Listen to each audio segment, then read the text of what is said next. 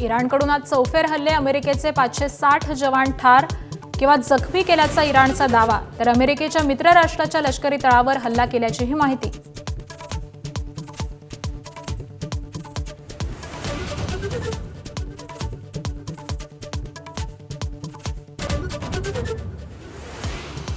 इराणकडून सुरुंगातून America इस्रायलच्या तळांना लक्ष्य, Shahed 136 क्षेपणास्त्र सोडत असल्याचा इराणकडून व्हिडिओ जारी.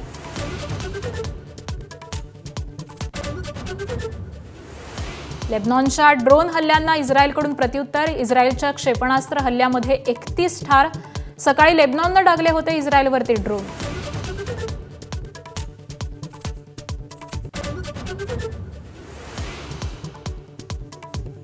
कुवेतकडून मोठी चूक, इराणचं समजून अमेरिकेचं लढाऊ विमान पाडलं. लढाऊ विमान पाडलं तरी अमेरिकेचा पायलट सुरक्षित, मात्र अमेरिका आणि कुवेतकडून अधिकृत दुजोरा नाही.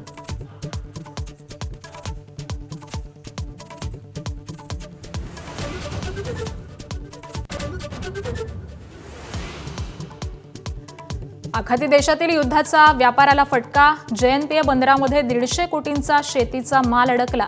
येत्या 2 ते 3 दिवसात युद्ध न थांबल्यास व्यापाऱ्यांचं मोठं नुकसान होण्याची शक्यता.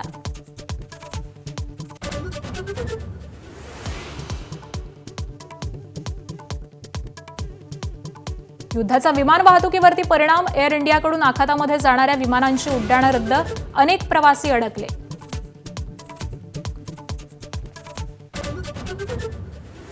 आखाती देशातील युद्धाचा महाराष्ट्रातील यात्रेकरूंना फटका, राज्यातील 40 ते 50 हजार यात्रेकरू सौदी अरेबियामध्ये अडकले. राज्य अल्पसंख्याक आयोगाचे अध्यक्ष पॅरे खान यांची माहिती.